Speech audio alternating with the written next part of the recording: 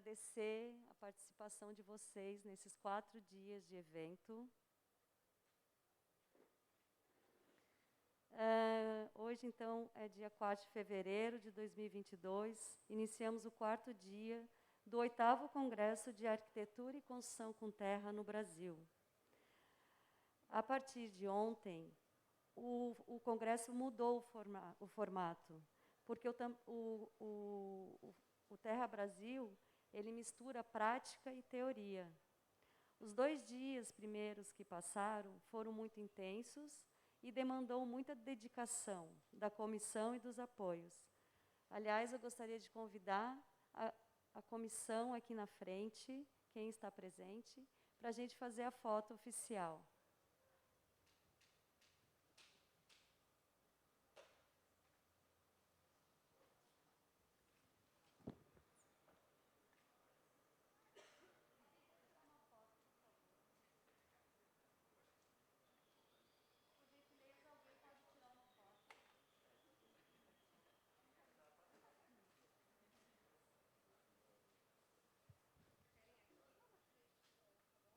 Acho que assim tá bom. Uhum. Pode alguns ficarem na frente do Data Show. Era bom. Na frente do Data vai ficar falando. Pra lá, pra cá. Então, gente, durante 4 anos, a gente esteve reunidos, sempre discutindo como a gente ia fazer esse evento. Todos daqui da Comorg, tirando a Cecília e a Jaque, é a primeira experiência num congresso como organização.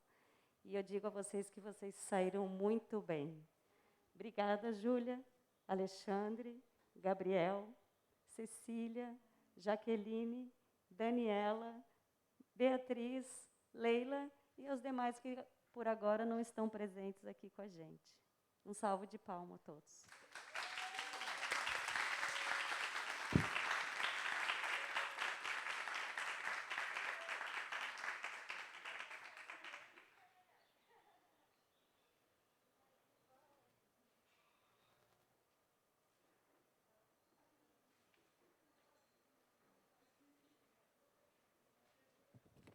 Bom, mas a gente também não pode deixar de agradecer aos apoios. Eu gostaria de saber quais apoios estão presentes hoje.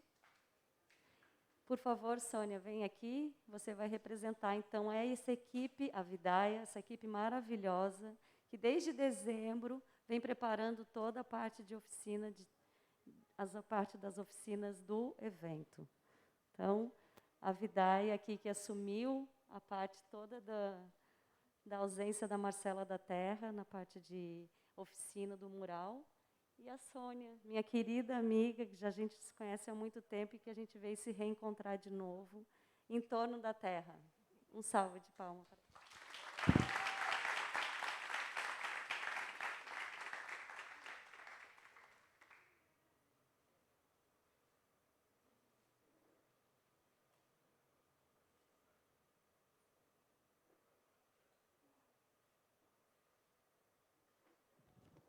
Bom, então também gostaria de convidar a vir aqui na frente os ministrantes das oficinas. Um a um, gostaria de chamar, para fazer a foto também oficial ao evento, a ministrante Akemi, não sei se encontra, o Kobe, Fernando e Rafael Fogel, Flávio, Jaqueline, a Laís e a Vidaia.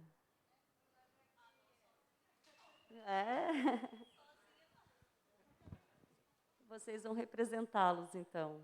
Um salve de palmas aos ministrantes.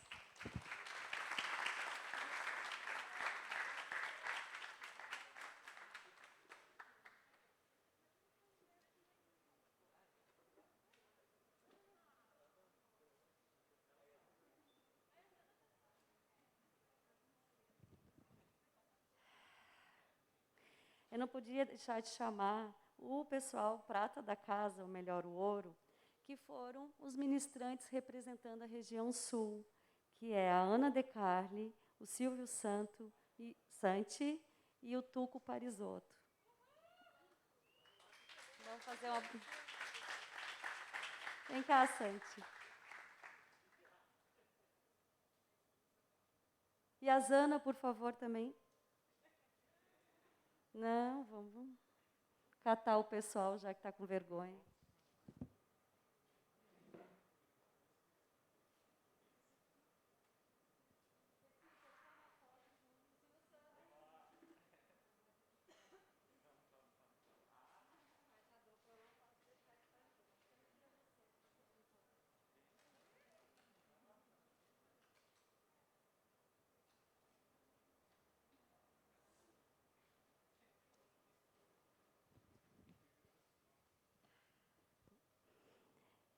Gente, se vocês terem uma noção, faz 8 anos que o meu sonho era organizar um evento com a Cecília, e aqui estamos, depois de 8 anos, fazendo esse congresso.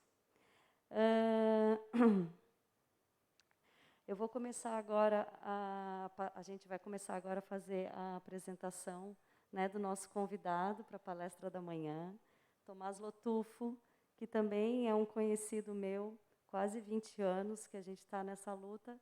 A gente faz parte da rede Permear, que é uma rede de permacultores que divulgam a permacultura através de cursos. Ele é graduado em Arquitetura e Urbanismo pela PUC Campinas, é permacultor pelo Instituto de Permacultura do Cerrado e tem mestrado pela Faculdade de Arquitetura e Urbanismo da Universidade de São Paulo. É professor da pós-graduação em Arquitetura e Sustentabilidade no Centro Universitário Belas Artes, professor do curso de Permacultura Urbana.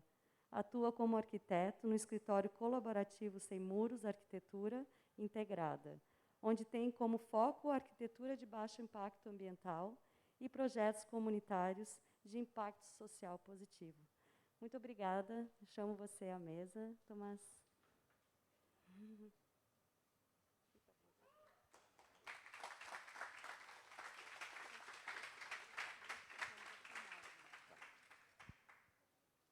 Alô, bom dia.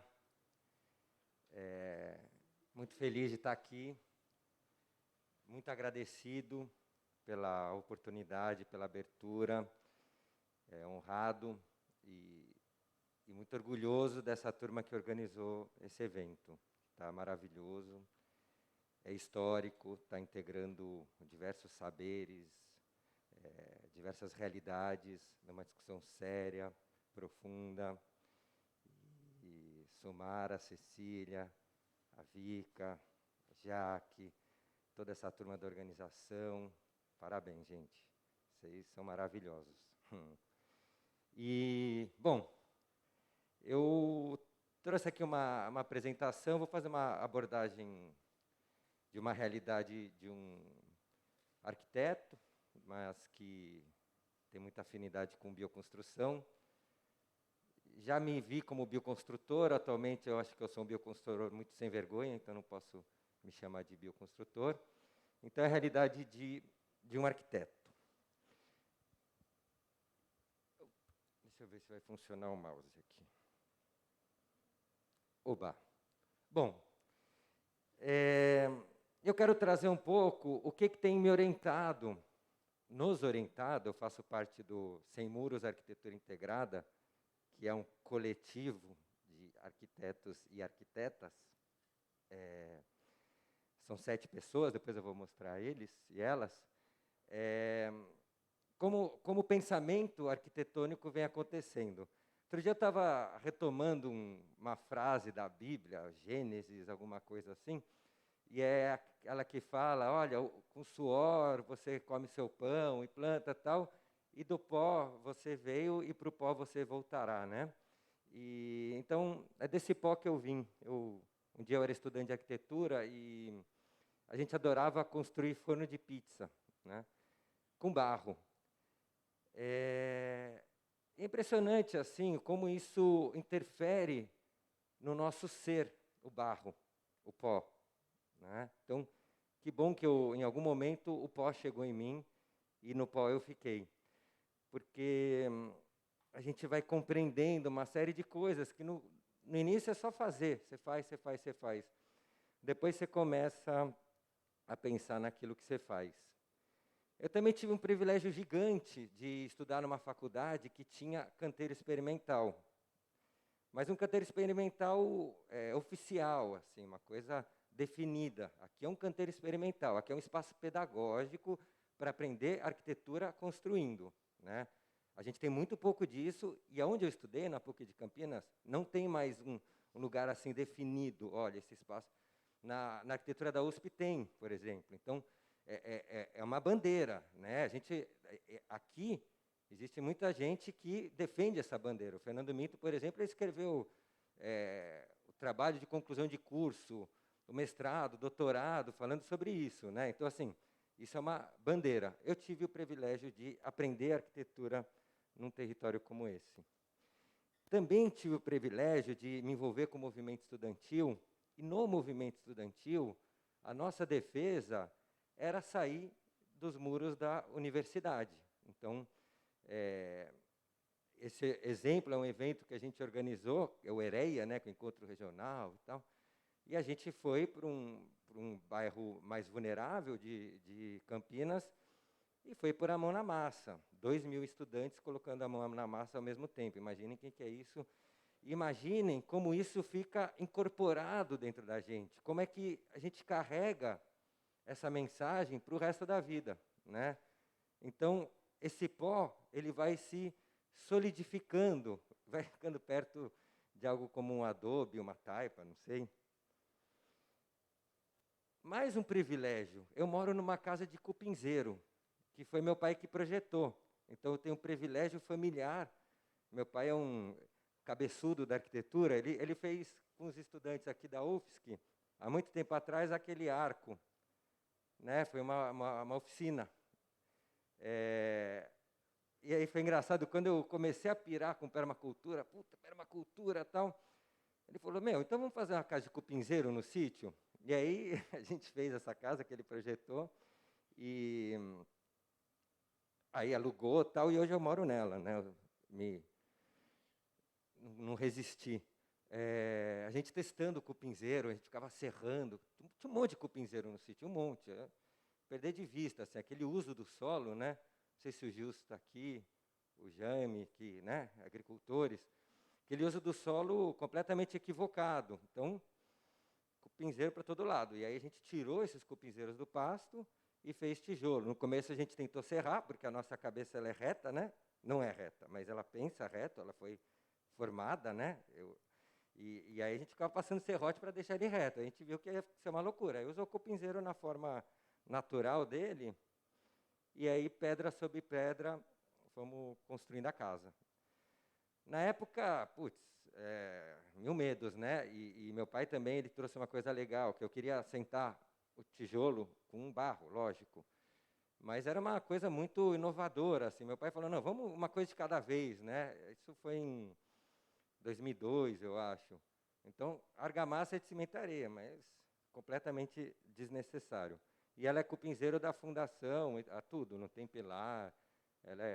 Quer dizer, tem pilar, mas é de cupinzeiro, não tem nada além do cupinzeiro. Tem arame farpado a cada 80 centímetros, que a gente estava tirando do pasto, estava revendo o nosso uso do solo, né? E hoje já não tem tanto cupinzeiro. Então tem arame farpado de tanto em tanto para dar uma cintada na casa, alguns movimentos serem contidos, né? Com esse arame farpado. Aqui uma foto de dentro da casa, né? Os arcos de tijolinho, e aí começa a anunciar um pouco desse pó que eu sou, que é uma ligação muito forte com tecnologia, né? Então a gente olha muito a ecologia, muitas vezes, pelo material, e é importante a gente olhar também pela tecnologia. Então, é o que você está usando e como você está usando, né? Que o como, ele otimiza, e a tecnologia nos ajuda muito nisso. Eu não falo de tecnologia essa que nos oprime, né? A tecnologia apropriada mesmo. Então, o arco ele é muito legal, por isso que eu pessoalmente gosto muito. Você evita esforços de tração, e aí não precisa de ferragem, não precisa de um monte de coisa que a gente acaba precisando utilizar para abrir vãos, né? Bom, eu sou permacultor, assim, eu sou apaixonado pela permacultura. A permacultura define o que eu penso, como eu existo, como eu tento me relacionar com a vida, né? E sempre aprendendo, porque é um desafio emergir na permacultura. E, para mim, o Buckminster Fuller, um dos grandes pensadores que a gente teve, né, arquiteto, que pensou o domus geodésico, né? Ele é uma referência, ele não é um permacultor, não foi, ele simplesmente alimentou a permacultura, né, como muitas outras pessoas, Bill Mollison e David Holmgren como os criadores. Bom, tem uma frase que ele usa, que eu acho linda, que é: o todo é maior que a soma das partes. O todo é maior que a soma das partes, né? Isso se reproduz em qualquer construção. E quanto mais a gente conecta as partes numa perspectiva energética, num olhar onde as relações energéticas elas são positivas, melhor é o todo. Né? Isso a gente vê até numa organização humana. Quanto mais a gente consegue fluir nessa organização humana, mais sólido é o todo. Né? E aí ele traz essa linguagem para explicar sinergia. Né? Então, hoje a gente fala muito de sintropia, né? E a sintropia é a não entropia, é a ausência da entropia, o que é muito difícil, mas a gente consegue ir chegando próximo disso. E a sinergia é esse movimento sinérgico, onde o nosso objetivo, isso é muito da permacultura, é fazer a conexão, a relação entre elementos da maneira mais potente possível, relações benéficas. Aí eu trouxe 2 exemplos para isso. Um é uma oficina que a gente fez há um tempo atrás, com jornal. Né? Então, a brincadeira era justamente refletir sobre o Buckminster Fuller. E pegamos jornal velho, né? Traga um jornal, aquele que não tem destino. Né? O pessoal trouxe e essa é a parte, o jornal é a parte. Agora, se a gente fizer um tubo com jornal, né, aqui a turma fazendo os tubinhos de jornal, pegar a caixa de papelão e fazer o nó, a gente começa a poder consolidar um domus geodésico. Né? Então, para mim, a tecnologia, o material, o como a gente utiliza as coisas, tem muito disso. Né? Você vai quase que criando um milagre, é quase que uma alquimia. Né? Aquele jornal que ia ser jogado fora, de repente, vira uma geodésica. E esse processo pedagógico, ele é muito empoderador. Né? Eu não sei se é essa a palavra adequada, mas ele nos faz sentir que a gente pode, que a gente consegue, e que quanto mais focado estivermos, né, mais unidos e potencializando as trocas energéticas, os fluxos energéticos, esse todo pode ser melhor. E aí, a gente sente a nossa capacidade de transformar a própria realidade. A arquitetura tem, a construção tem isso. Né? Ontem, a Ana deu uma apresentação lindíssima, e mostrando, né, as mulheres trabalhando, e de repente, olhando a perspectiva de, olha, a gente veio aqui para revolucionar. Porque no momento que a gente está, a gente vai transformar essa realidade. Né? E é isso, são essas conexões que vão se estabelecendo num sistema onde a construção está acontecendo. Portanto, para mim, a construção é um espaço potencialmente pedagógico. Aí eu trouxe um outro exemplo, que eu gosto muito de falar sobre isso, está meio escuro, mas como isso se aplica, a gente viu o jornal se transformando numa geodésica, como isso se aplica na perspectiva de uma casa, no olhar de uma casa. Então, digamos, todos aqui, provavelmente, gostam de colocar uma cisterna na casa. Né? A gente vai lá e coloca uma cisterna, porque coleta água da chuva.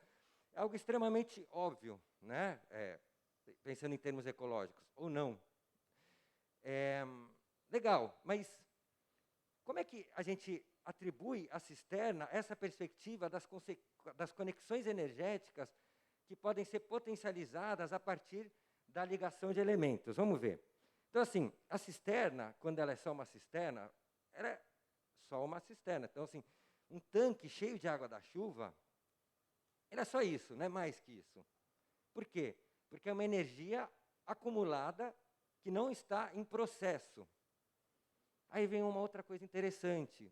O que nos interessa não é energia parada, é energia em processo.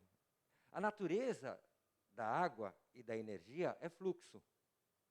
Então, a nossa dimensão existencial, a dimensão da vida, como ela se organiza, é o tempo inteiro consolidando fluxos energéticos. Quando o território está harmônico, esses fluxos são benéficos, né? Bom, então a cisterna, ela só passa a se manifestar como tal na medida que a gente coloca essa água em fluxo, né?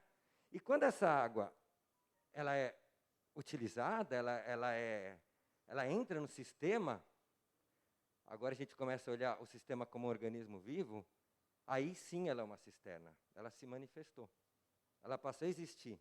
Então, a energia manifesta. Uma coisa que eu acho muito bonita da arquitetura, do projeto, da permacultura e do pensamento em cima das construções, é quando a gente para olhar e fala, tá, mas não está bom, eu quero mais. Com os mesmos recursos, eu quero fazer mais. Eu quero potencializar esse sistema. No caso da cisterna, eu estou preocupado em pensar como é que eu faço essa cisterna ser mais cisterna. Agora eu quero que ela seja mais cisterna. E aí, a gente conecta a água da cisterna, que foi para o chuveiro, para o vaso sanitário, em sistemas biológicos de tratamento. Vejam, o mesmo recurso energético, ele se potencializou. Ele se fortaleceu, ele nos fortaleceu. A vida como um todo ganhou. E a casa se transformou em mais casa. E aí, eu olho de novo e falo, será que não dá para fazer mais? E dá, né, gente? Porque desse tratamento biológico, a gente pode reverter tudo isso em alimento. A gente come e as nossas fezes se transformam em recursos. E voltam para o sistema. E aí a gente começa a ter loopings energéticos. E aquela cisterna, imagine a alegria dela. Imagine como a cisterna está feliz, gente.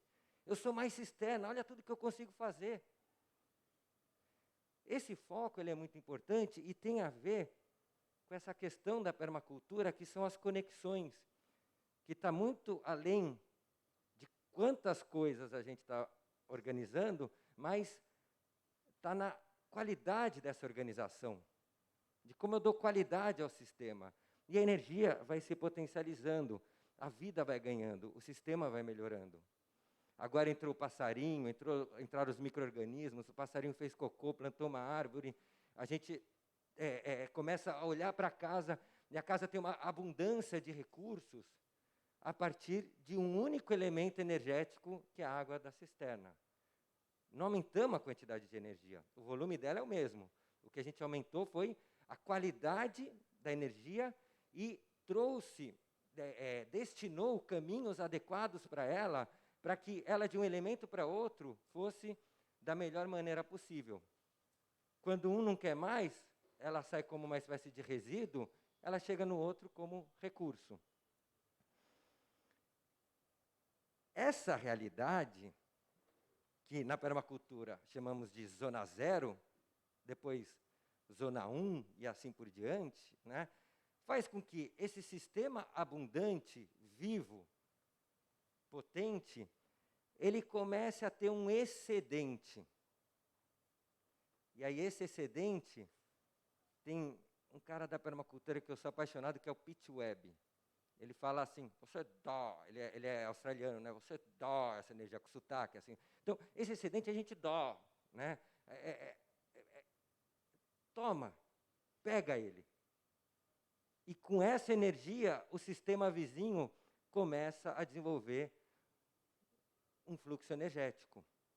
E assim a gente vai construindo comunidades, construindo territórios fortes, capazes de transformar a própria realidade. Essa dimensão da construção, para mim, ela é muito bonita, porque mostra a capacidade que a gente tem de revolucionar esse mundo louco que a gente está vivendo, né? Bom, aí eu trouxe um exemplo, a minha casinha de São Paulo, né? Esse foi o princípio utilizado para o projeto da casa. Então, é uma casa que a gente brinca com o nome de Casa Viva, né? Então, essa casa é viva. Imaginem anos na permacultura, e eu, muito no meio rural, vivi no sítio que eu estou hoje, que é o sítio Beira-Serra, em Botucatu, e num dado momento a vida me dá o presente de pensar esse desafio no meio urbano, dentro de São Paulo. Meu Deus, né? O que fazer? A minha primeira intenção era botar terra para todo lado, assim, fazer um monte de parede de terra, não sei o quê. Putz, como é que eu vou criar essa logística naquela época, naquela casa? Hoje já tem até gente, né, que fornece o tijolo de adobe e tal, mas era inviável. E aí eu fui para a demolição, né? Então, tudo é madeira de demolição. E a casa, ela era 100% impermeável, e agora ela é 100% permeável, né? Ela era terra, a gente subiu um segundo andar com madeira de demolição, tirou tudo que era de piso, de concreto, criou jardins de absorção, fez cisterna, teto verde e tal, então não sai água de lá, né, quando chove. Então é legal que o Bill Mollison, ele dizia uma coisa que é assim, tudo é jardim. Se você tem algum problema, faz um jardim. Se você não sabe o que fazer, planta uma árvore. E está tudo certo. Então, a solução para a casa foi criar jardim. Ela tinha 0 jardim, agora ela tem 4 jardins. 2 embaixo, 2 em cima. Os de cima, que é o que a gente chama de teto verde, eles tratam a água do chuveiro, da pia, da máquina de lavar. E os de baixo, eles absorvem essa água. Consequentemente, a água vem cheia de nutrientes e alimenta um monte de plantas que acabam sendo comestíveis, né? Então, aqui o jardim de cima, que é um tratamento de água, né? Lírio do brejo, chapeuzinho chinês, todas essas raízes, né? Limpam a água, nesse caso do chuveiro e da pia. E ontem o Gilson trouxe um monte de... né? Aqui a gente deu uma bobeada, tal, e achei importante isso, a gente trazer essas coisas. Gente, esse papiro, ele é lindo, né? Maravilhoso. Mas o manejo dele, a manutenção, assim, é insuportável. Ele vai botando raiz em todos os cantos, você não consegue desentupir o sistema e tal. Então, deu um bom trabalho para a gente tirar esse papiro, que está até lá, tá até hoje lá, a gente reduziu a quantidade. Tem um amigo que aluga a casa, e ele sempre olha para mim e fala, putz, esse papiro você mandou muito mal, né?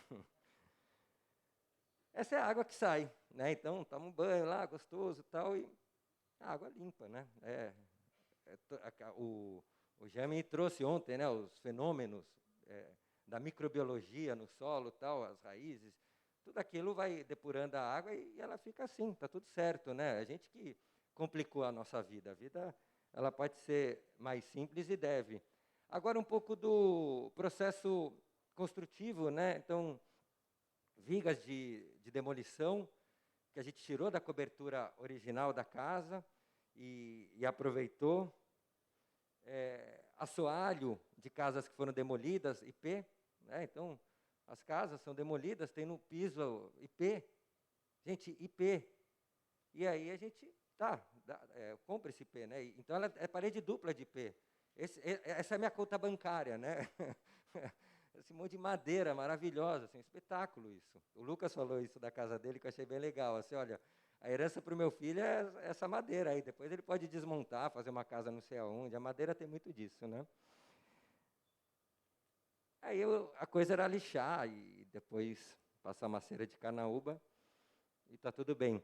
São Paulo tem uma coisa meio esquizofrênica de demolir as coisas. Demolir, né? A turma vai trocando de roupa, demolir e trocar de roupa. E aí é legal quando a gente está em obra que nosso olho fica aguçado. comecei a achar um monte de ladrilho hidráulico, assim, um monte, em caçamba. E aí pego o ladrilho hidráulico, lixa e vira um piso maravilhoso. Geralmente isso acontece onde tem as noites, né? Na Vila Madalena, por exemplo, porque o bar precisa trocar de roupa, é um pouco a lógica que eles fazem lá, então tem sempre muito ladrilho hidráulico. Olha que beleza, né? Isso é ladrilho hidráulico reaproveitado, lixa, tal, maravilha. E aí um pouco de umas fotos da casa, antes e depois. Então aqui era a cozinha, aqui era o recuo da casa, né? Aí o recuo da casa, a gente abriu uns arcos de tijolo, tecnologia, né? Reaproveitando o tijolo das paredes que foram movimentadas internamente, e aí o recuo virou a pia da cozinha. Então agora a pia da cozinha, a cozinha é no recuo, né? O que vem além da cozinha é a chamada sala de jantar, né? Esse piso vermelho era o piso da casa original, então o ladrilho hidráulico foi só alguns detalhes que a gente acabou fazendo, onde tirou parede e tudo mais.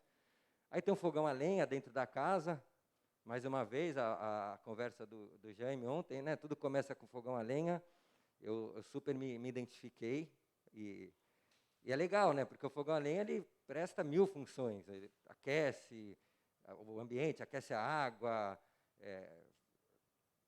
a gente cozinha alimentos, assa e tudo mais. E em São Paulo, tem muita obra que o pessoal usa, o pontalete de eucalipto, as formas com tábuas e tal, e nada disso tem tratamento, porque você não, é um custo tratar. Então, é madeira disponível. Olhando as caçambas de São Paulo, eu fui percebendo que eu estava no meio de um espaço que foi totalmente desmatado e as madeiras estavam disponíveis, né? Então, o fogão a lenha faz muito sentido em São Paulo, no meio urbano.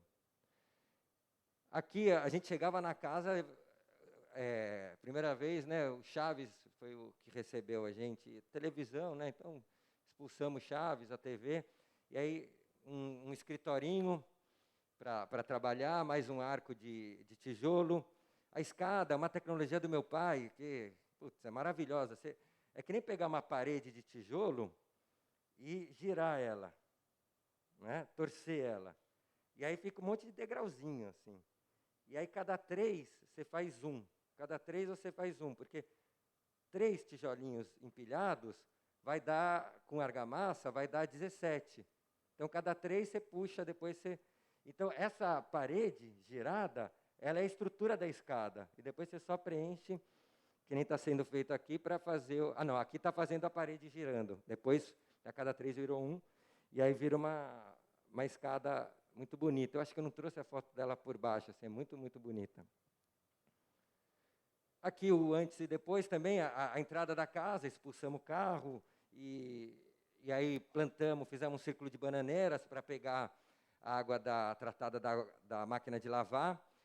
E aí, putz, banana, também viajei, assim, plantei eu gosto da banana prata, né? Só que a banana prata ela é gigante, tinha que ser a banana nanica, porque... E aí, para colher a banana é uma loucura, você tem que pedir para alguém ficar na rua, parando os carros, porque a bananeira vai cair no meio da rua. É um, um espetáculo, um espetáculo satírico. Produzimos shiitake nessa arinha, fizemos uma festa. Eu fui na casa, antes de vir para cá, visitar a turma que está morando lá, plantamos pupunha também, está com um monte de pupunha, assim, ficou uma coisa até meio surrealista no meio da cidade, assim, é um tufo verde, né? Parece um buquê, assim, uma coisa legal. Aqui eram os fundos, tinha uma edícula, a gente desmontou a edícula e parte do material utilizou, parte a gente doou e fez um forno de pizza, né? Do pó eu vim, do pó eu, né? Então, forno de pizza, área de serviço é esse tanque, né? Para lavar os panos e tal, a máquina de lavar está lá em cima, aí uma lagoinha que recebe a água que trata do chuveiro da pia e uma horta, onde está a nossa produção, estava, né? Mas hoje está dos novos proprietários da produção de alimentos. Esse é o buquê, né? Alguns anos atrás, hoje está mais bizarro ainda, está mais surrealista ainda.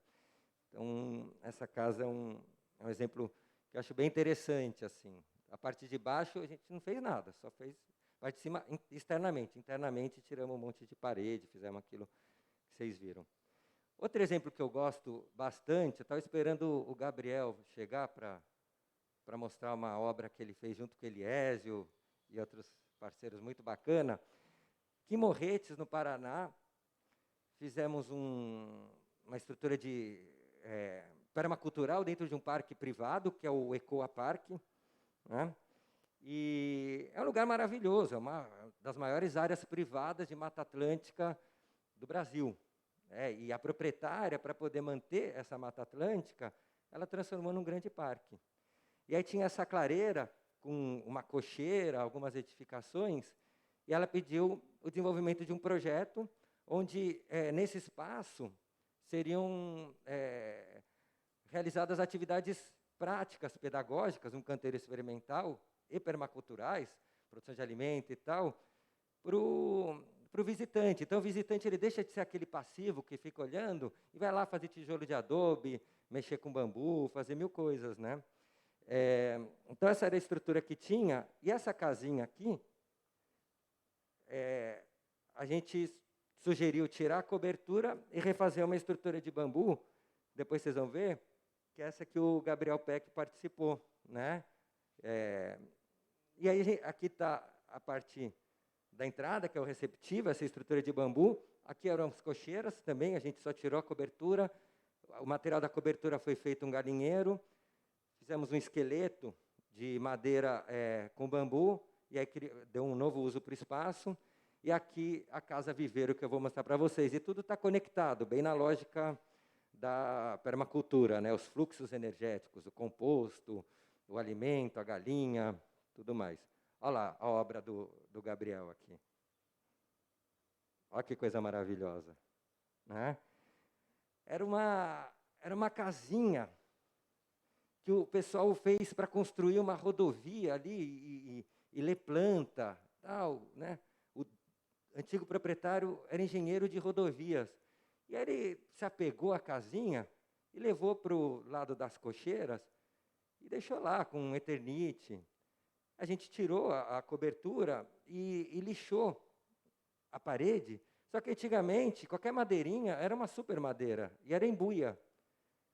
E aí, o Eliésio Souza, o Gabriel e mais uma turma maravilhosa, eles vieram e colocaram esse esqueleto de bambu em volta dessa parede e virou um lugar maravilhoso. Infelizmente, eu acabei não trazendo fotos internas, mas depois eu passo para vocês, tem no site e tudo mais. Bom, aqui a cocheira, então a gente tirou também a cobertura, a mesma lógica, e colocou um esqueleto novo nela. E é bacana. Quando a gente pensa em ecologia, tem o material, né, tem o como, e tem aquele filtro que é importante passar, é assim, o que eu posso fazer tirando o mínimo possível?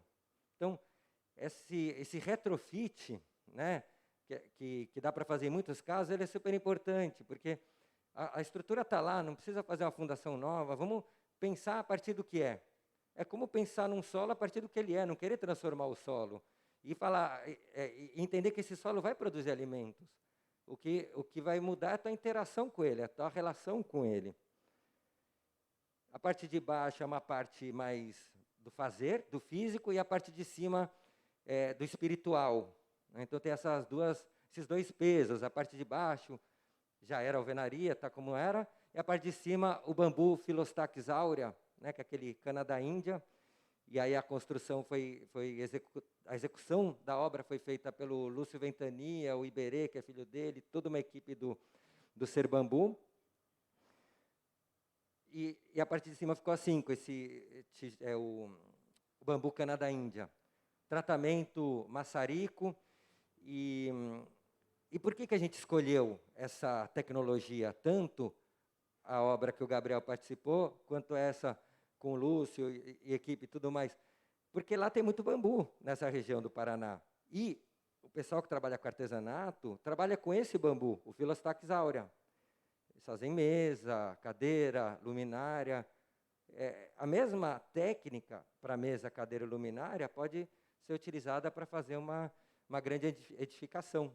Então, a ideia foi trazer o Lúcio, que é um expert no assunto, né, e convidar o pessoal que faz mobiliário a participar da obra. E, com isso, uma espécie de um desenvolvimento tecnológico, para ter uma apropriação, né?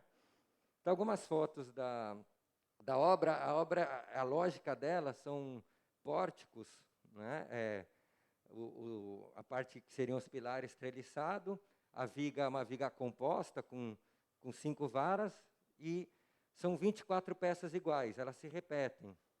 E a repetição, às vezes ela é chata, e às vezes ela pode ser legal, porque a gente começa a criar uma possibilidade de pré-fabricação.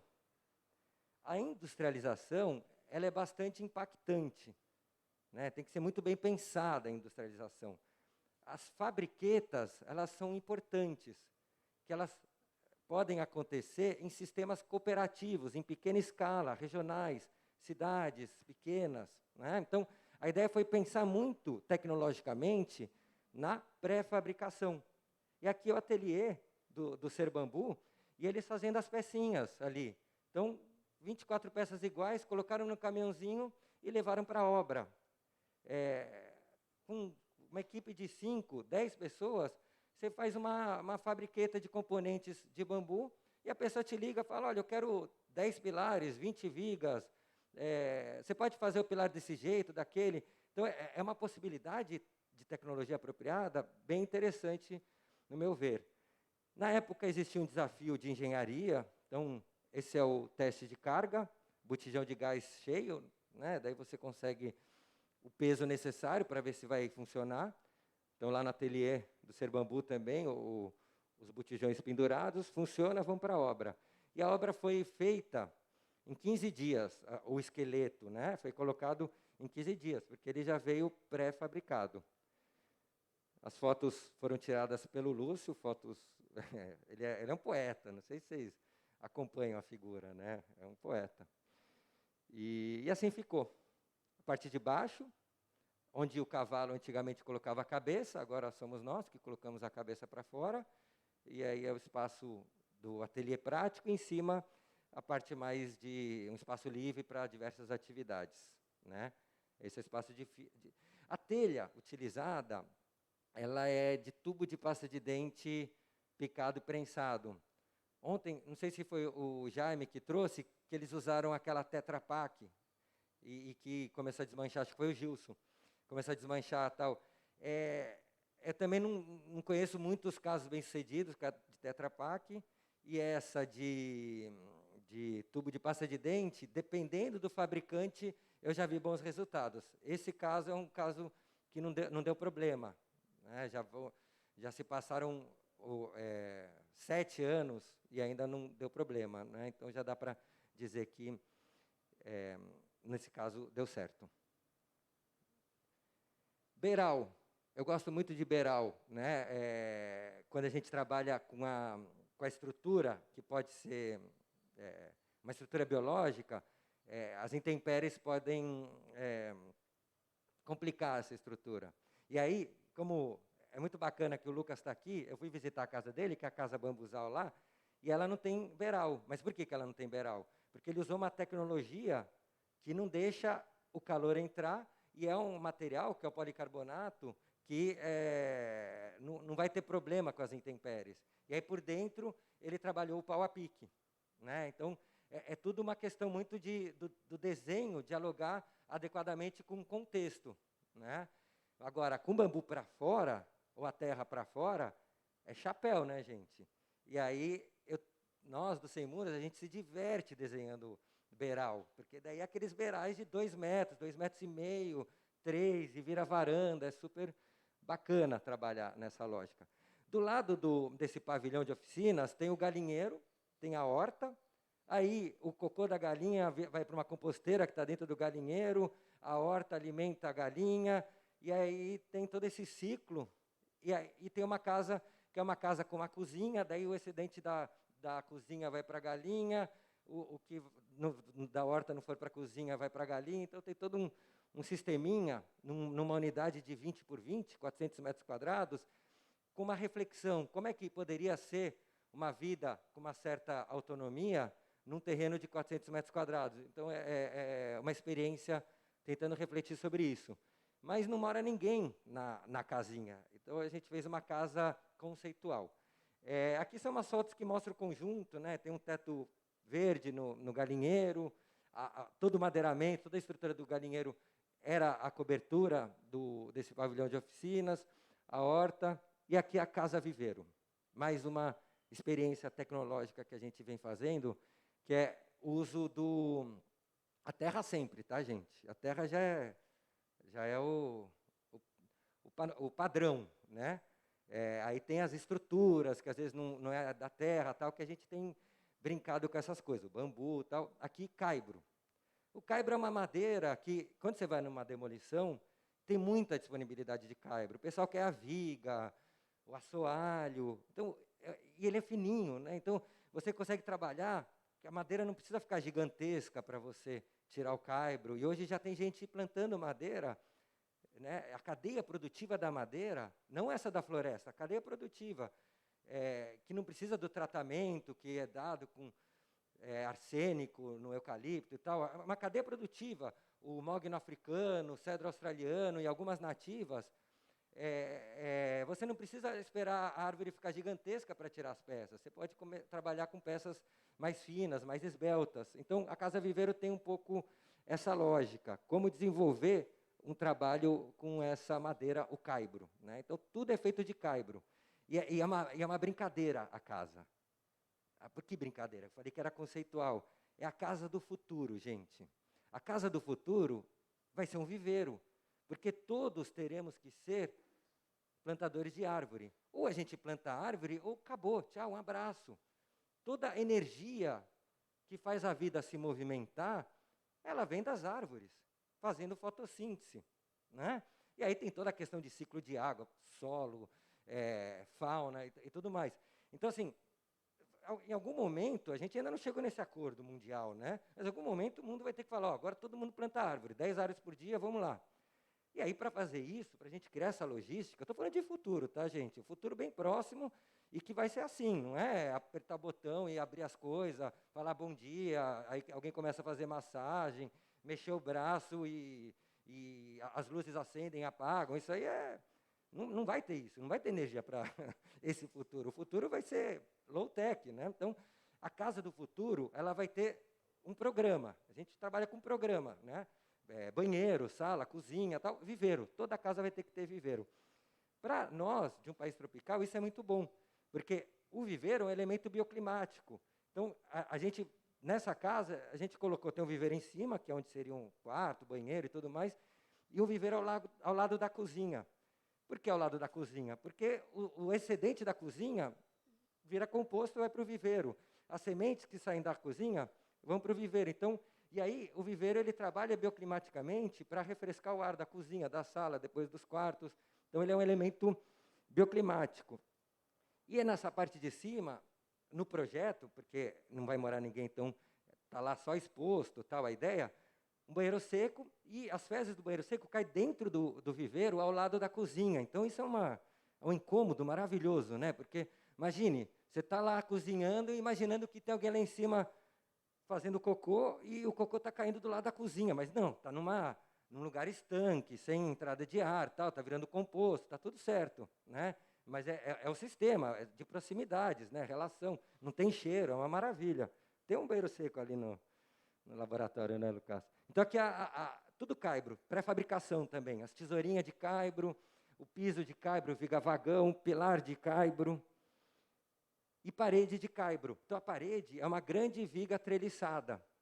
E a lógica também construtiva, que a gente tem utilizado pensando na fabricação, é uma lógica que tem a ver com a obra como uma grande escola, né? Um canteiro de obras como um lugar de aprender, um lugar coletivo, um lugar de fazer junto.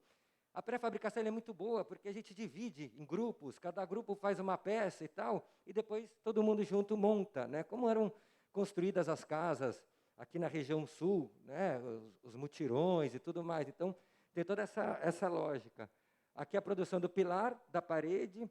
Esse aqui é o Tiago, dos Low Construtores, e o Marcelão, que o Cobb falou ontem, também dos Low Construtores. Eles foram super a equipe que puxou essa etapa pedagógica e de construção da Casa Viveiro. Ali as tesourinhas de caibro, né, pré-fabricada, e aí a montagem, aquela loucura que muitos de vocês conhecem, né, que é melhor ter jeito do que força. Se você for só na força, você perde o dedo, no jeito você garante que a coisa aconteça. E aí a gente levando a parede para ser colocada, colocamos a parede e depois os montantes verticais eram um sanduíche, né? Então ele já recebia a tesoura, encaixava, parafusava e fomos montando a casa, né? Nessa casa a gente usou a telha de Tetra Pak reaproveitada, ainda não deu problema, mas ela é um pouco mais recente, né? Quem ajudou muito nesse projeto e na obra foi a Flávia Burkatovski, que é do Sem Muros, parceirona de muitos anos. E aí a gente foi montando, fechando parede, e aí o tijolinho de adobe africano, pintura natural. Foi muito legal que a Sumara, ela foi lá no parque, a gente estava trabalhando nessa casa, né, Sumara? Foi um presente ver ela lá. Então é isso, é um parque que as pessoas vão lá e de repente estão numa obra, né? É muito legal isso. Olha lá o Cobb. O Cobb, gente, eu sou apaixonado por ele. Assim, o cara, tipo, o que ele falou ontem é uma pessoa que tem uma sabedoria, né? Então, sempre que dá, eu tento trabalhar com o Cobb, que é bom demais, né? E aí você vai lá, só ficando pertinho. Daí a gente fez essa taipa de pilão, e dentro da taipa de pilão tem um fogão a lenha. Então ele está embutido na taipa de pilão, deu super certo. Vale a pena. É tipo o Rocket Stove, um fogão a lenha bem estilo Rocket. A casinha aqui, a parte interna, né? No projeto tem sala, a cozinha lá embaixo, banheiro e tal, mas é um lugar de visitação, o pessoal vê os painéis, e aí está cheio de planta atualmente aí dentro da Casa Viveiro.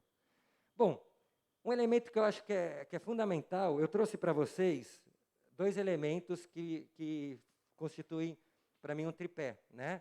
A ideia de tecnologia, a ideia de ecologia, e tem uma perna aqui, que é o social, né? O braço social. Aí a arquitetura começa a fazer sentido. Então, como a gente pensar em soluções que trabalham nesse tripé?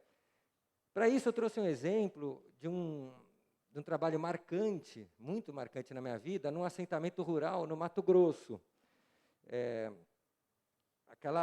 Uma reforma agrária lá dos tempos do Fernando Henrique, que o pessoal ficou lá, não era uma reforma agrária, né? Eles ficaram lá, sem assessoria técnica, sem discussões, sem estrutura de trabalho e tal.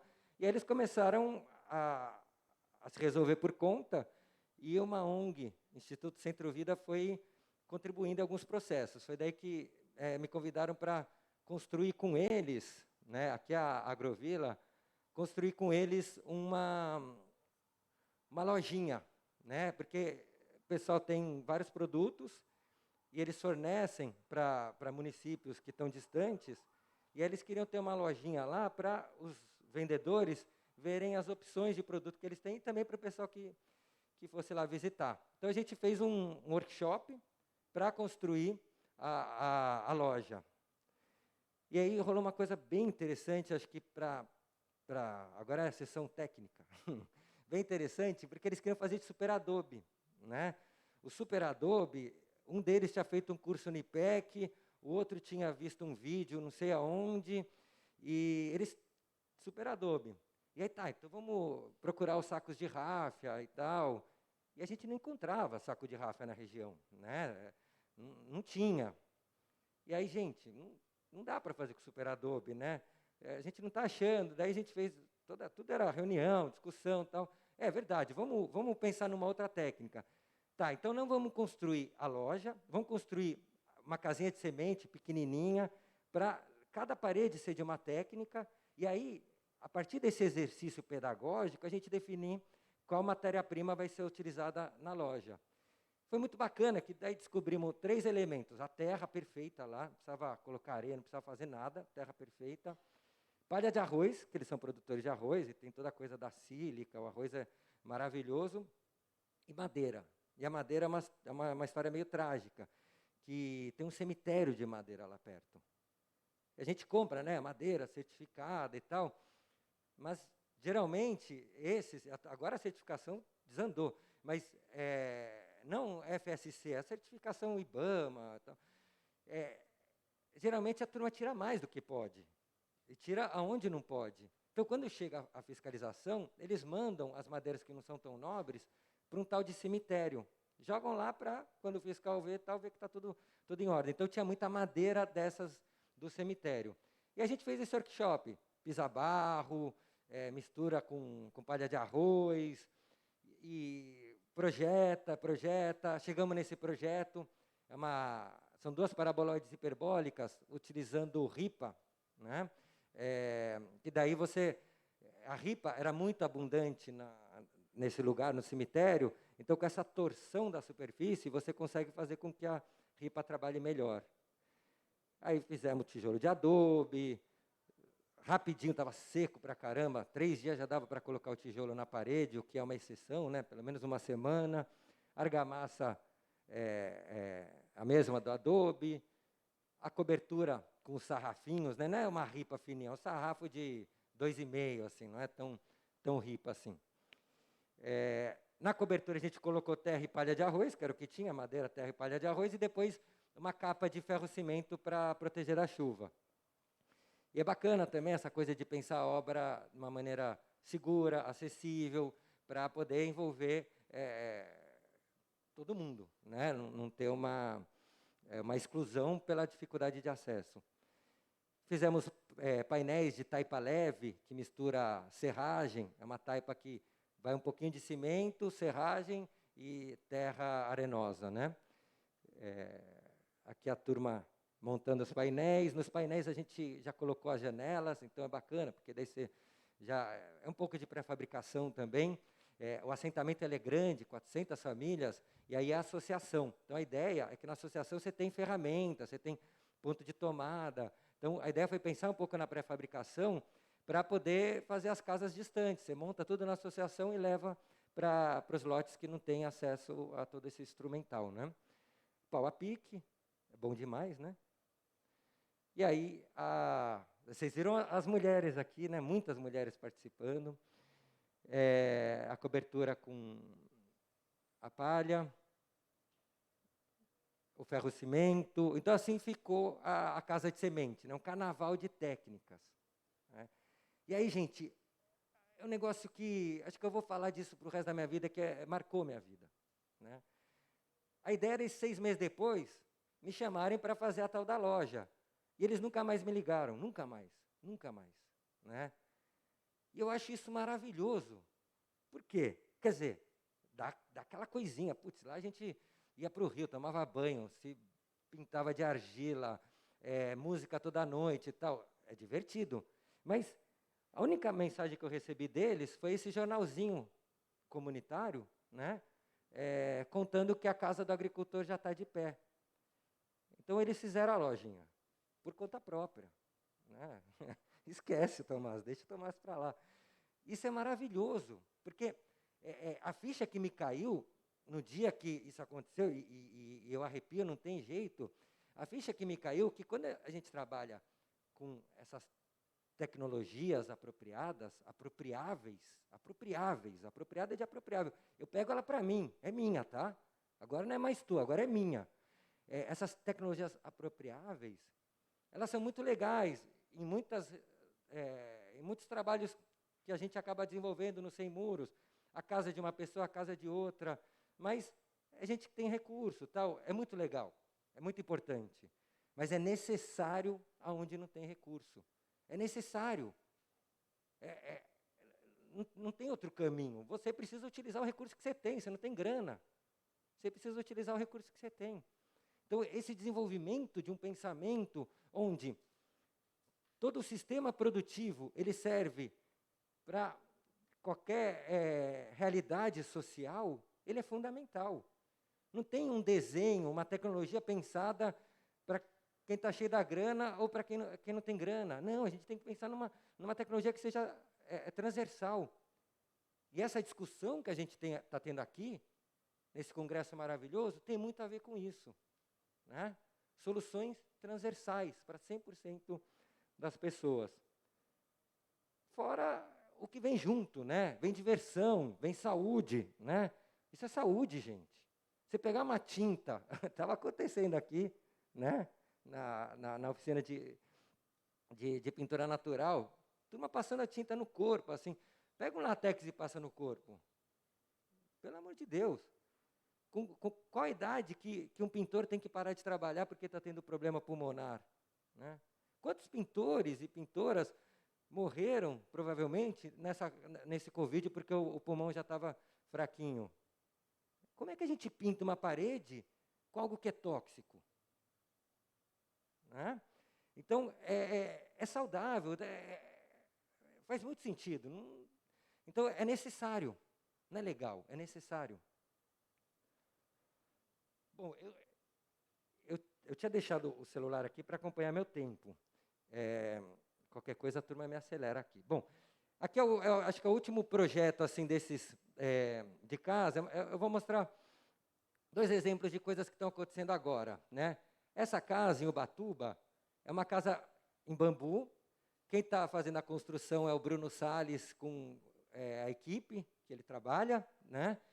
E é uma casa no meio da Mata Atlântica, em Ubatuba, e as paredes são fechadas com esterídia. Né? A esterídia é muito bom. Você abre, pega um machadinho, abre o bambu como se fosse uma esteira, e depois faz um revestimento com uma técnica que chama calfitice, cal, fibra, terra e cimento. Né? Então, essa casa está bem bacana, porque não precisou tirar a árvore, né? Ela está se encaixando, ventilada, as esterídias.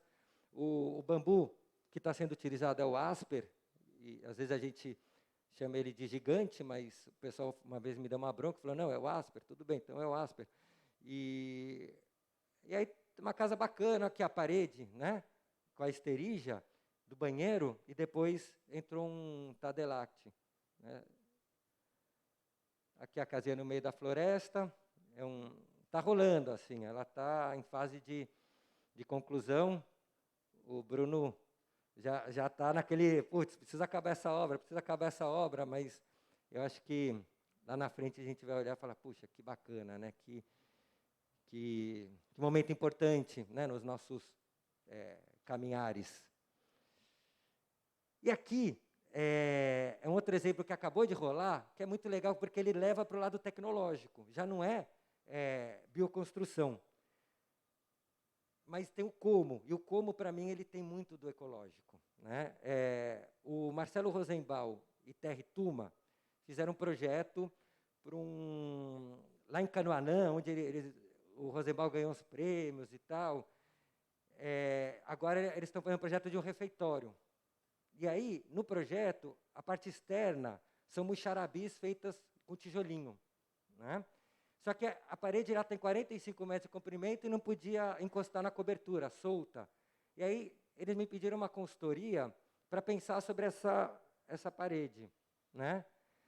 E daí qual foi a ideia? Trabalhar com uma técnica que eu aprendi com meu pai, que é o ferro-tijolo, e trabalhar com uma referência àquela escolinha do Gaudí, lá na Sagrada Família, a parede curva, que é um padrão natural. Né? Essa coisa do ondulado, do plissado, dá estrutura para os elementos. Né? Então, é uma superfície plissada. É quase como se você está com a perna paralela, alguém te empurra, você cai. Se você coloca uma perna na frente da outra, alguém te empurra, você não cai. Né? Então, a ideia foi fazer isso. E aí tem o como, uma referência de um padrão natural e o uso o melhor possível com o tijolo que é queimado.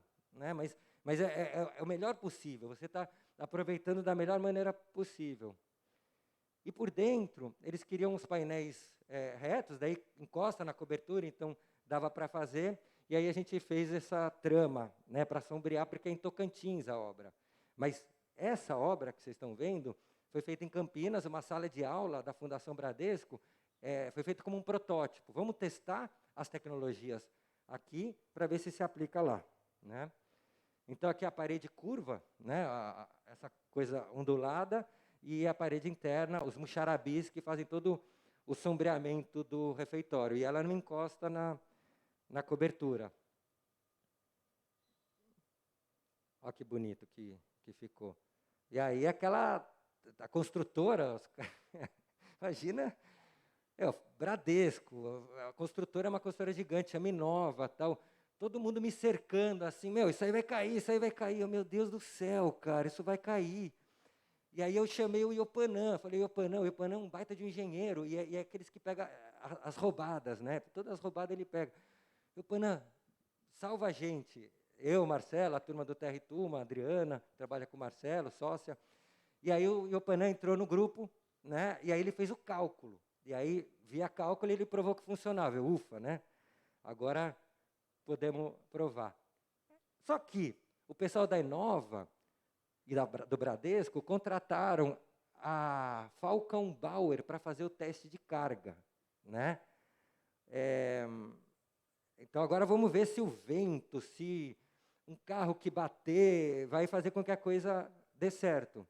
E fomos todos lá ver o teste de carga. Então, o Iopanã aqui, o diretor da Fundação Bradesco, o Marcelo, a Adriana, gente, e eu morrendo de medo, mas morrendo, assim. Eu estava ali, né? Aquela tremedeira, assim, se esse negócio cair. E aí, vamos ver o teste de carga. Então, aqui eles colocando areia, né? Eles fazem vários... É tipo uma... Putz, não me vem mais o nome, mas é um pêndulo, né? Que vai aumentando a altura. Primeiro a meio metro, com uma baita carga. 1 metro, 2 metros, né? Você vai aumentando a carga, a altura do pêndulo. E aí eles foram jogando esse pêndulo, e eu morrendo de medo, e joga pêndulo, e tudo certo. A estrutura ficou parada, ufa. Aí eles falaram, agora vamos colocar o pêndulo para romper. Porque isso é ciência. A gente precisa ter uma informação de qual que é a carga que rompe. Porque daí você coloca, né? Rompe nessa carga. É importante ter esse dado. E aí eu vou mostrar um vídeo para vocês, a Sumara está aqui para me ajudar, mostrando o momento desse teste de carga. Tá? Até mais, viu? Porque 2,50 m, nós baixamos 90, pode ir. Vai. Pode soltar. Pronto, pode ir embora tranquilo. Foto do Guinness, todo mundo. Eu quero todo mundo na foto, hein? O sou eu assim. Pode ir para o Guinness, o cara falou. E o cara da Falcon Bauer, assim, ninguém acreditava, né? Então, foi muito legal isso que aconteceu, e eu acho que traz esse elemento tecnológico para a nossa conversa, né? Assim tá a sala de aula, né? Tá super bonito, jardim de chuva, uma beleza. O Rosenbaum, assim, é uma pessoa que vai puxando e levantando os outros junto com ele, sabe? Então, ele vai trazendo a tribo para trabalhar, já levou o low construtor para trabalhar com ele, os low construtores, né? E aqui o mestre de obras, assim como eu, ufa, né? Então, feliz da vida, deu certo, vamos embora, acontece e vale a pena. Bom, agora para finalizar, esse é o grupo que eu faço parte, o Sem Muros Arquitetura Integrada. Bacana demais, tem DR toda segunda-feira, porque trabalhar em grupo é assim, são 7 pessoas, né? Várias faixas etárias, então tem gente de 30 a 45, eu não vou falar quem tem 45, quem tem 30, mas tem várias faixas etárias, né?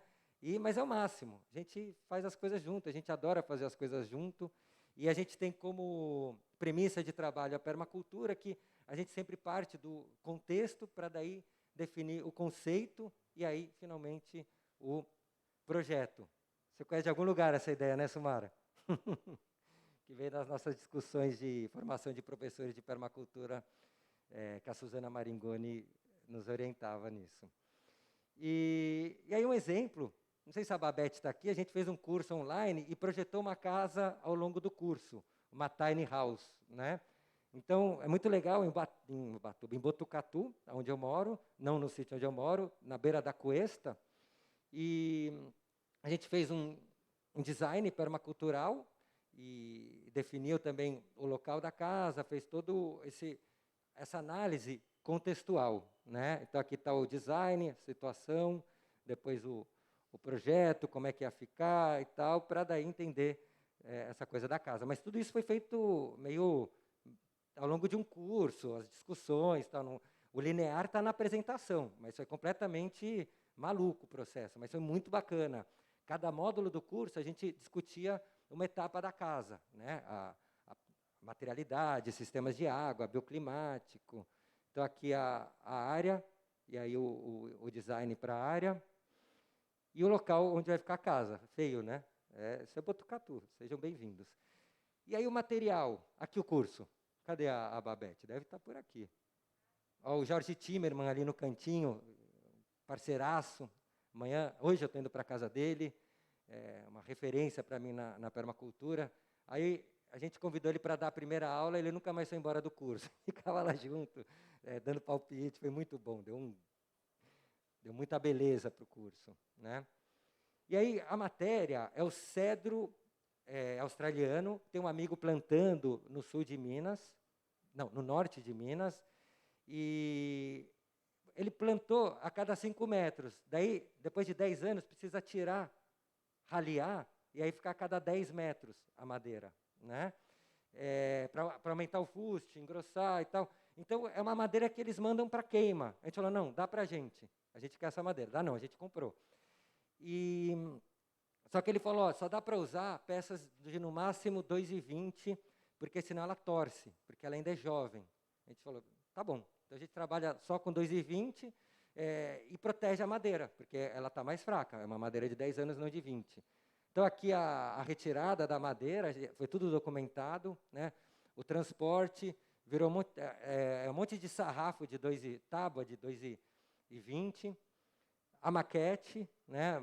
Na escala de experimentação, a ideia conceitual do projeto, ter o aquífero Guarani, então você lava a mão, lava a louça, já cai no tratamento de água e aí absorve no aquífero.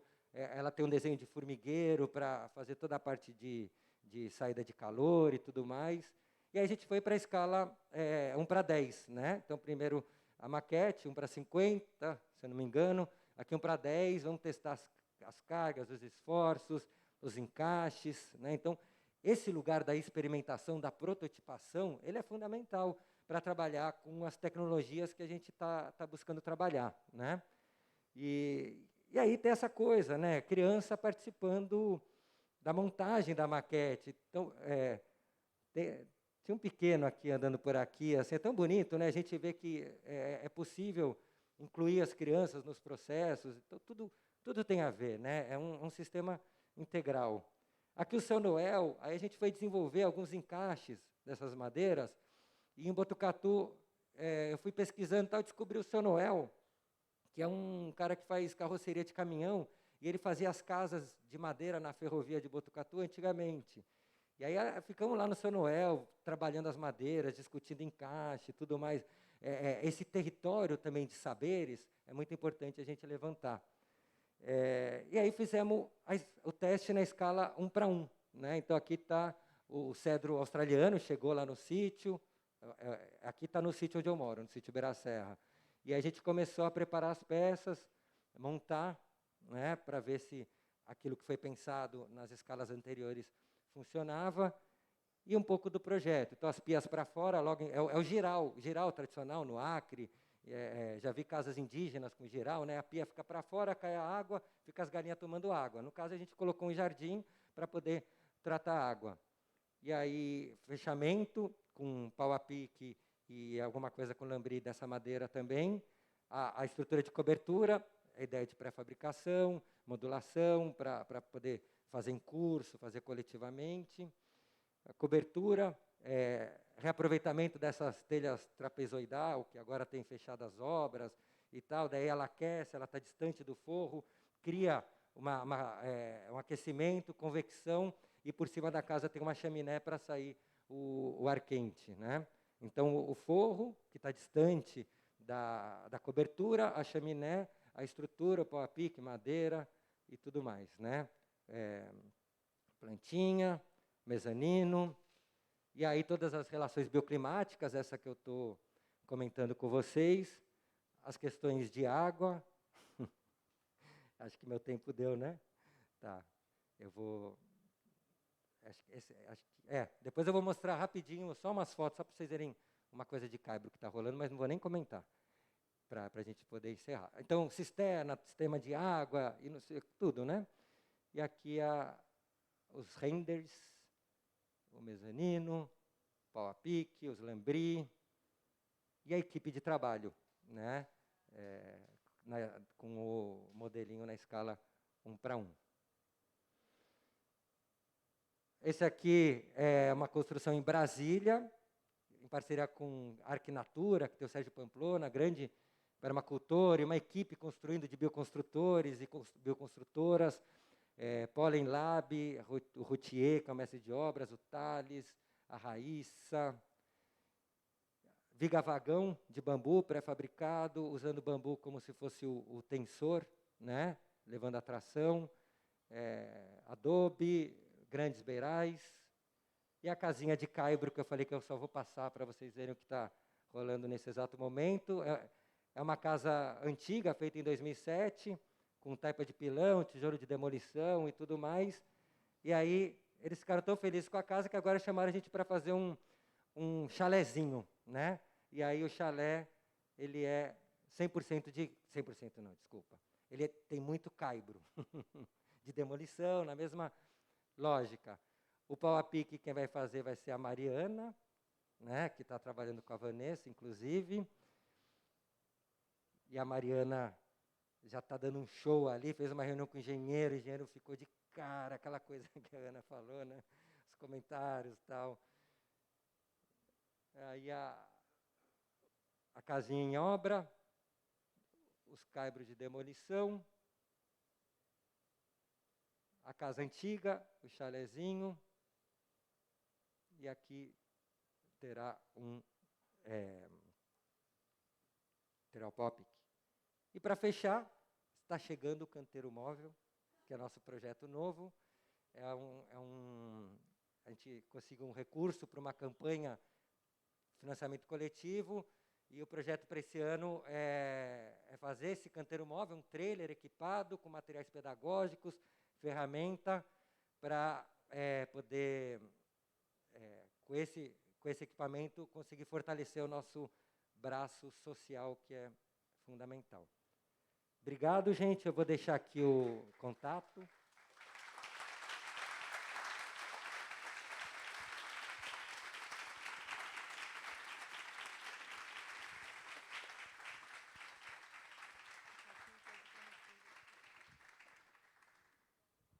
Então, a gente vai fazer, primeiramente, obrigado, Tomás. A sua fala é sempre de muita inspiração.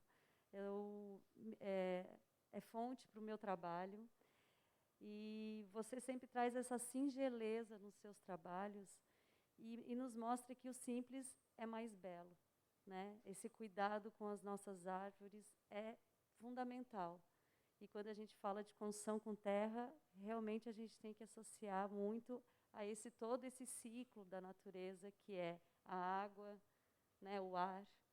E assim a gente vai conseguir realmente atingir a integralidade, né, que é o que você sempre traz para a gente. É muita inspiração. Então, gente, eu vou aproveitar, a gente vai atrasar um pouquinho, deixei o Tomás, claro, falar bastante, né, porque eu vi que vocês estavam muito vidrados. Não tem como cortar uma palestra tão bonita dessa. Mas chegou o momento agora de a gente fazer as perguntas, então eu peço que vocês tragam elas escritas, para a gente poder continuar esse bate-papo com o Tomás.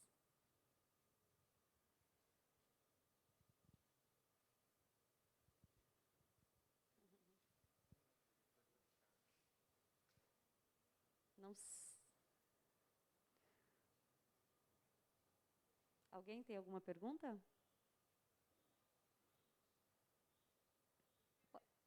Pode trazer aqui? Pode pegar para mim? Se todo mundo escutar, tudo bem.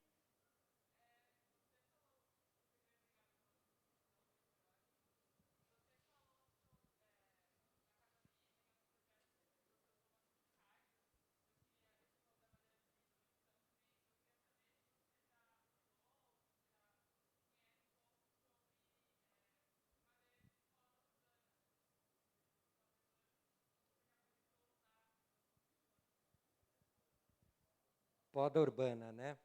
Eu nunca utilizei, mas eu acho que é uma sacada boa que você está trazendo, né?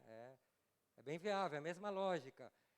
E aí é resolver com o projeto, né? No sentido de proteger, de fazer com que, talvez, é uma madeira que não é tão forte assim, porque é isso, a nossa cultura da madeira é trabalhar as madeiras mais top, né? A tal da madeira nobre. Mas tem outras cargas que ela resiste e com desenho você consegue trabalhar bem essas cargas, né? E proteger por causa das intempéries, cupim e tudo mais, mas não proteger com química, proteger com projeto mesmo, né? Com o desenho da casa.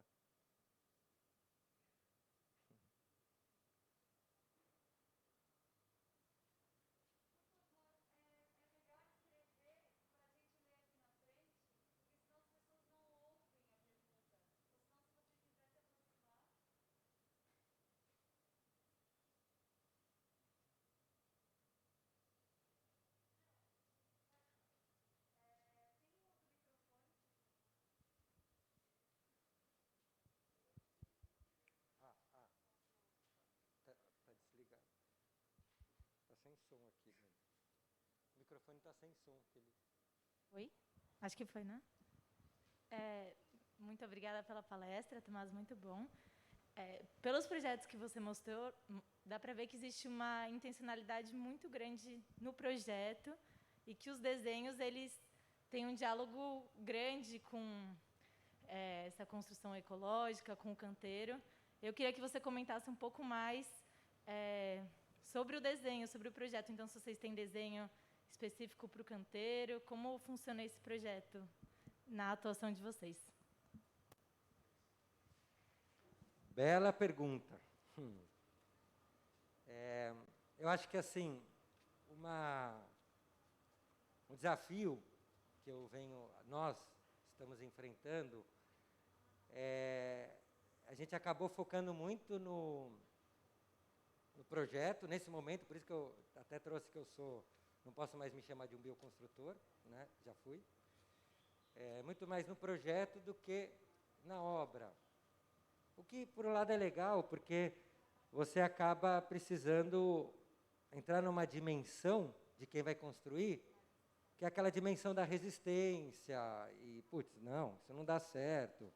Então, até nessa última casa que a Mari vai fazer o pau-a-pique, o engenheiro, que é um empreiteiro, ele topou fazer. Depois ele recuou, falou, vai fungar essa parede. Aí vai vir a Mari e vai provar que não funga. Então, a gente tem trabalhado muito pouco na obra. Mesmo que as soluções tecnológicas são pensadas para isso, a gente está pouco na obra. E aí quem desenha o canteiro é o gestor do canteiro, né? Então acaba essa dimensão, eu estou pegando pouco, a gente está pegando pouco, mas existe esse objetivo. Só que é muito difícil, porque se você vai para a obra, você fica com a dificuldade de projetar, porque a obra é todo dia, demanda, então é um equilíbrio um pouco complexo. E aí, o que eu acho legal é que o canteiro móvel, ele está sendo o território que a gente está levando para onde a gente realmente quer seguir trabalhando, né? A gente quer predominantemente projetar e construir no território. É isso que a gente quer fazer. Projetar e construir no território. No momento que você tem um canteiro móvel, que nele tem ponto de tomada, tem mesa, tem uma geodésica que você monta, coloca uma sombra para trabalhar um espaço pedagógico, tem as ferramentas organizadas, aí tem espaço para projetar e espaço para construir. Então, a nossa estratégia para superar esse problema está sendo o canteiro móvel.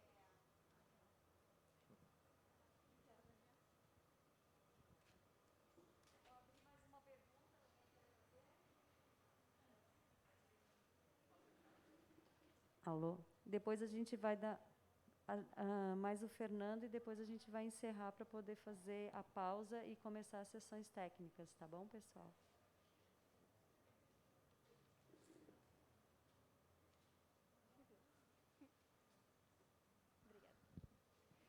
Oi. Muito obrigada pela palestra. Eu queria perguntar um pouco mais sobre a questão da assessoria técnica, que você comentou no projeto do Xingu lá, sobre a necessidade, né, que existem as pessoas que têm a opção e tem as pessoas que têm a necessidade de construir casas assim. E queria saber em qual rumo você acha que isso está indo, assim, se está evoluindo, se essas casas que são projetos técnicos já, né, já são experimentações, você acha que isso vai entrar na assessoria técnica também ou não? Obrigado, Luísa, né? Ótima pergunta, Luísa. Já estão entrando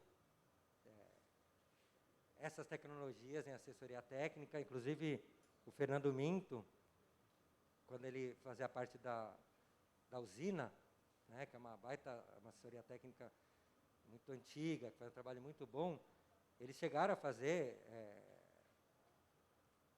viga, ele mostrou até no site da usina, esses dias, umas viga vagão, reaproveitando tábua, parede de barro. Agora com as normas, isso vai ficar muito mais viável, né? Porque você tem que prestar contas e tudo, então tem que tá dentro das normas, né? A nossa assessoria técnica, ela é mais informal, né? Então, assim, existem grupos fazendo assessoria técnica, trabalhos incríveis e conseguindo levar várias dessas tecnologias para esses lugares. O que a gente não tem é política pública para dar uma dimensão maior para isso, né? A política pública está engatinhando, né? Mas os grupos de assessoria técnica estão fazendo trabalhos incríveis. A nossa assessoria técnica ela é muito informal, né? São ONGs, comunidade, organização civil, grupo civil organizado, que nos chama para fazer o trabalho. E a gente tem feito alguns desses. E aí a gente tem uma metodologia, né, de trabalho, de projeto, de construção, para que a gente consiga, ao máximo, que isso seja apropriado. Mas não temos a expertise de organizar o grupo. Tá? Geralmente a gente chega num grupo já organizado. A gente entra com um lugar muito técnico mesmo, do projeto, da definição das ações, de um plano de ação e da construção. E aí é muito bacana, porque, por exemplo, tem um instituto que chama Instituto Elos, lá de Santos. Já fizemos alguns trabalhos com eles. Eles têm a expertise de organizar o grupo para poder chegar a esse corpo técnico e dar continuidade ao trabalho.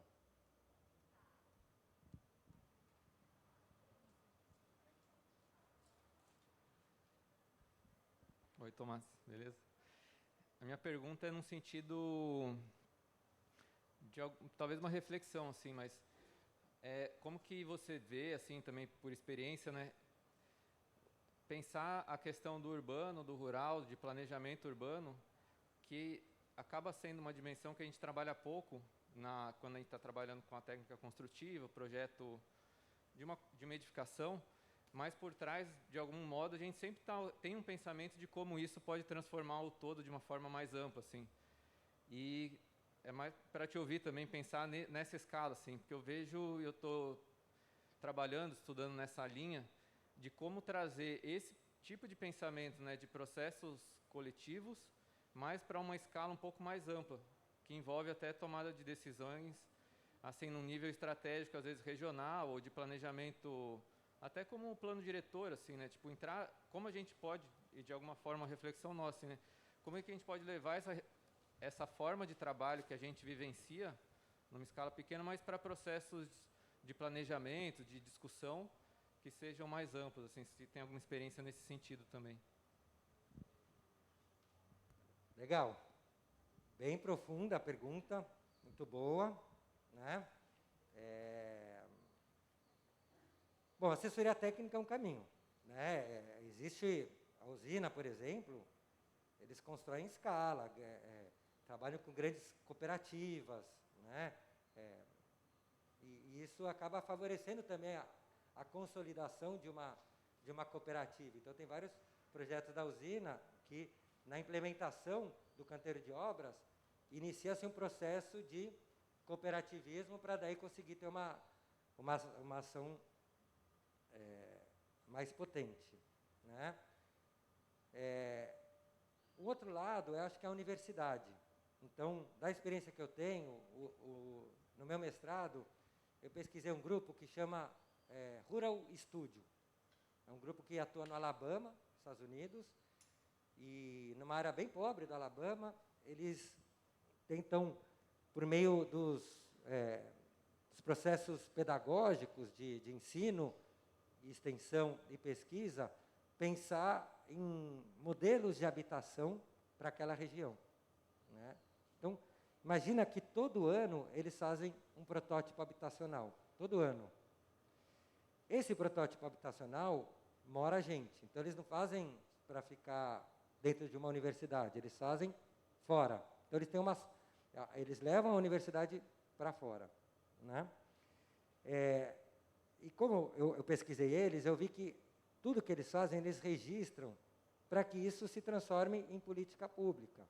Então, assim, quando você fala de escala, planejamento regional, etc., daí pega um pouco do urbanismo, mas pensando em produção de habitação de interesse social, entre outros formatos habitacionais, precisa de política pública para isso acontecer. Então, no Minha Casa Minha Vida tinha um pedacinho ali que estimulava o cooperativismo, né? Mas com um pedacinho ficou meio de lado, hoje já não tem mais. Então, como fazer com que isso entre na política pública? Aí a universidade tem um papel central para desenvolver insumos que demonstrem para o poder público que sim, é possível produzir em escala com essas tecnologias, habitações de extrema qualidade, desenhos urbanos extremamente qualificados e que aí sim você resolve as questões da vida, do modo de vida, né? Coisa que hoje não acontece, a gente assim, não tem, né? Não tem esse diálogo acontecendo com força, né? Ele acontece de uma maneira muito sutil, eu acho.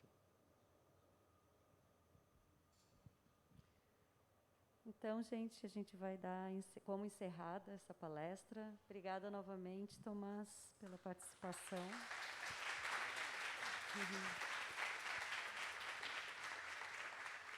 Então, gente, agora é 9h50, vamos fazer um intervalo até às 10h10 e voltar aqui para as sessões técnicas.